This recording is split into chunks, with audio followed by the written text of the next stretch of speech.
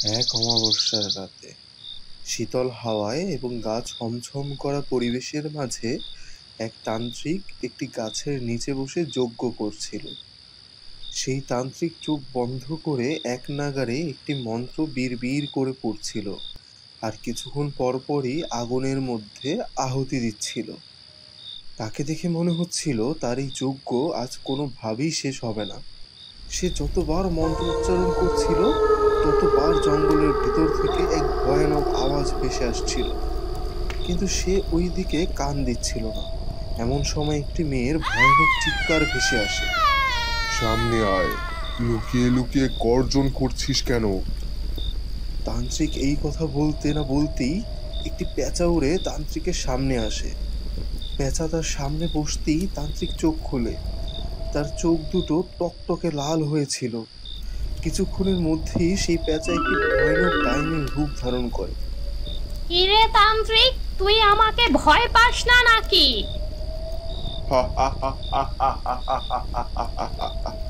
আমার হাতে এই মাটি দেখেছিস? এগুলো তোর মতো হাজারো ডাইনির আহুতি। এগুলো যদি এখন আমি তোর শরীরে ছিটিয়ে দেই, তাহলে তুই কিছুক্ষণের মধ্যেই মারা যাবি। এই কথা বলে সেই তান্ত্রিক আবার তার সাধনায় বসে পড়ে। কিছুক্ষণ পর আবার চোখ খুলে এবং উঠে দাঁড়ায়। তখন ডাইনি তার কানের কাছে গিয়ে ফিসফিস করে কিছু একটা বলে। কথাটা শুনেই তান্ত্রিকের ঠোঁটে এক অদ্ভুত হাসি ফুটে ওঠে। তো ঠিক আছে, এই কথাগুলো তাহলে আমাদের মাঝেই থাকবে। আর তুই কি এই কাজটা করতে পারবি? কোনো ভুল হলে কিন্তু আমরা দুজনেই মারা যাব। সেটা নিয়ে তোকে ভাবতে হবে না। ঠিক ওই রাতেই এক রাজপ্রাসাদের ভেতর থেকে একটি কান্নার আওয়াজ ভেসে আসছিল। মনে হচ্ছিল কোনো এক মহিলা চিৎকার করে গলা ফাটিয়ে কাঁদছে। রাজা এদিক ওদিক পায়চারি করছে। এর কিছুক্ষণ পরই একটু ঘরের ভিতর থেকে এক এক দায়ী ছোট্ট একটা নবজাতককে নিয়ে বাইরে বেরিয়ে আসে। রাজা দেবেন্দ্রনাথের জয় হোক। রাজা মশাই, আপনি তো পুত্র সন্তানের বাবা হয়েছেন। অভিনন্দন আপনাকে। এখন চিন্তার আর কোনো বিষয় নেই। রানীমাও সুস্থ আছে। দাইমা, আজ আমি অনেক খুশি। এই নাও তোমার পুরস্কার। দাইমা পুরস্কার নিয়ে সেখান থেকে চলে যায়। রাজা তার ছেলের নাম রাখে বিক্রম। রাজার পুত্র সন্তান হওয়ায় বিষয়টি পুরো রাজ্য মেতে ওঠে। এই সুসংবাদে পুরো কুসুমপুর গ্রাম আলোকিত হয়ে ওঠে। সেই সাথে রাজার পুত্র বেশ আদর যত্নে বেড়ে উঠতে থাকে। 20 বছর পর রাজকুমার বিক্রম বড় হয়ে ওঠে। রাজকুমার বিক্রম ছিল তার বাবার মতোই সাহসী। একটা শিকার করার খুব শখ ছিল, তাই সে প্রায় শিকারের জন্য বের হতো। ঠিক এমনই একদিন রাজকুমার তার দুজন সৈনিককে নিয়ে শিকার করতে জঙ্গলের উদ্দেশ্যে রওনা দেয়। তারা শিকারের খোঁজে জঙ্গলের অনেকটা ভেতরে চলে যায়। রাজকুমার, আপনি কিছু মনে করবেন না। রাজামশাই আপনাকে জঙ্গলের ভেতরে যেতে নিষেধ করেছিল, তবুও আমরা অনেকটা ভেতরে চলে এসেছি। চলুন এবার আমরা ফিরে যাই। রাজামশাই আমাদের বারবার বলেছে আপনাকে যেন ওই জঙ্গলের ভেতর না যেতে দেওয়া হয়। কেন? কেন? ওই জঙ্গলে কি আছে? ওই জঙ্গলে বিভিন্ন অশুভ শক্তির বাস। তারা যদি আপনার কোনো ক্ষতি করে দেয়। চলুন রাজকুমার, দয়া করে আমাদের প্রাসাদে ফিরে চলুন। না, আজ যেইভাবেই হোক আমি একটি বাঘ শিকার করবই। কিছুদিনের মধ্যেই আমার মায়ের জন্মদিন। এবার আমি ভেবে রেখেছি বাঘের চামড়া দিয়ে আমার মাকে একজোড়া জুতো বানিয়ে দেব, আর ওইটাই হবে আমার মায়ের জন্মদিনের সবচেয়ে মূল্যবান উপহার। এই কথা বলে রাজকুমার কারো কোনো কথা না শুনেই সেই জঙ্গলের ভেতর চলে যায়। জঙ্গলের আরো কিছুটা ভেতরে যাওয়ার সাথে সাথে একটি পেঁচা রাজকুমারের উপর হামলা করে বসে। এই হামলায় রাজকুমার অনেক বেশি ভয় পেয়ে যায়। তখন একটি তীর এসে লাগে সেই পেঁচাটির গায়ে। পেঁচাটি সেই তীরের আঘাতে ছটফট করতে করতে সেখানেই মারা যায় এবং রাজকুমার একটি গাছের পিছনে কাউকে লুকিয়ে থাকতে দেখে। কে তুমি? সামনে আসো। আমি জানি তুমি আমার উপর হামলা করেছো। রাজকুমারের ধমক শুনে গাছের পেছনে থাকা কালো শাড়ি পরিহিত মেয়েটা বেরিয়ে আসে। না না রাজকুমার, আমি তো আপনাকে বাঁচাতে চেয়েছিলাম। মেয়েটির সৌন্দর্য দেখে রাজকুমার এক দেখাতেই মেয়েটির প্রেমে পড়ে যায়। তোমার নাম কি? তুমি কোথায় থাকো? আমার নাম নীলা। আমি অনাথ। আমার এই পৃথিবীতে কেউ নেই, তাই আমি জঙ্গলেই থাকি। নীলার এমন কথা শুনে রাজকুমারের তার প্রতি খুব মায়া হয়, আর সে নীলাকে নিয়ে প্রাসাদে চলে যায়। বাবা, ওর নাম নীলা, ও অনাথ। আমি চাই আজ থেকে ও এখানেই থাকবে। ঠিক আছে রাজকুমার, তুমি যা চাও তাই হবে। তারপর থেকে নীলা সেই রাজপ্রাসাদেই থাকতে শুরু করে। আস্তে আস্তে রাজকুমার নীলার প্রেমে পড়ে যায়, আর একসময় সে তার বাবা মাকে জানায় সে যে নীলাকে বিয়ে করতে চায়।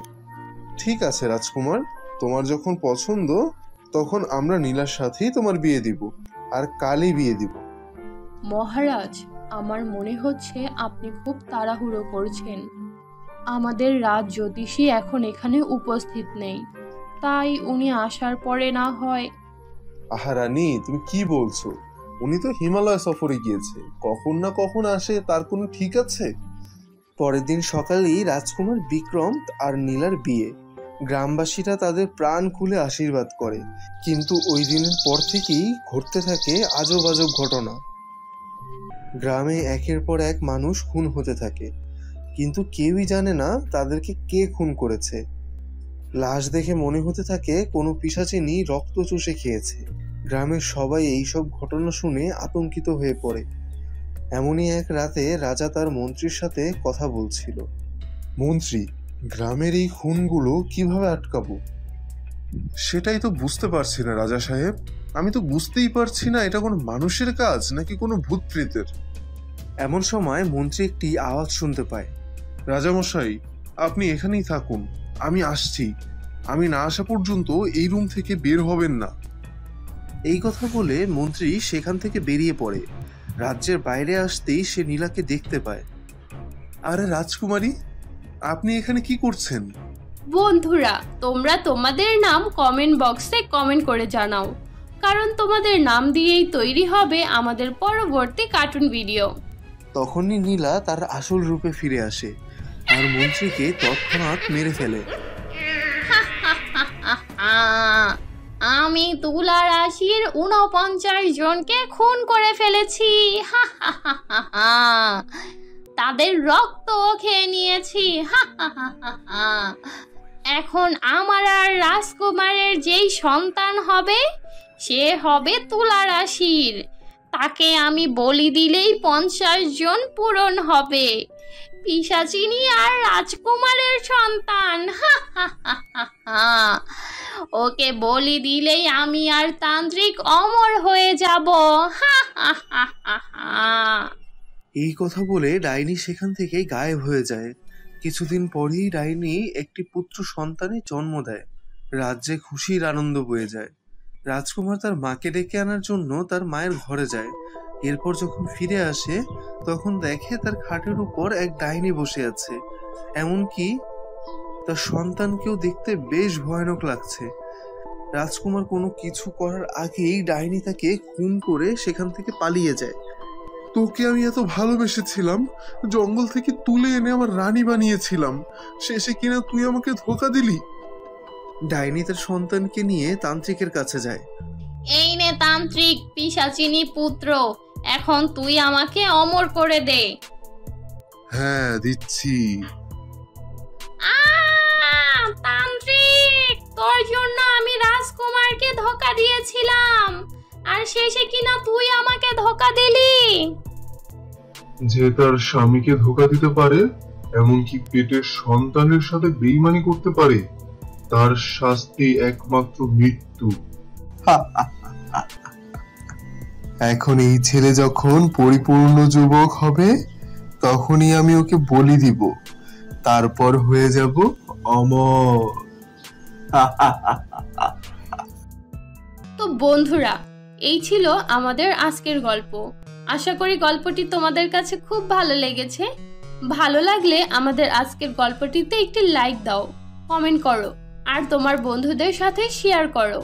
আর যদি আমাদের চ্যানেলে নতুন হয়ে থাকো তাহলে আমাদের চ্যানেলটি সাবস্ক্রাইব করে পাশে থাকা বেল নোটিফিকেশন অন করে দাও।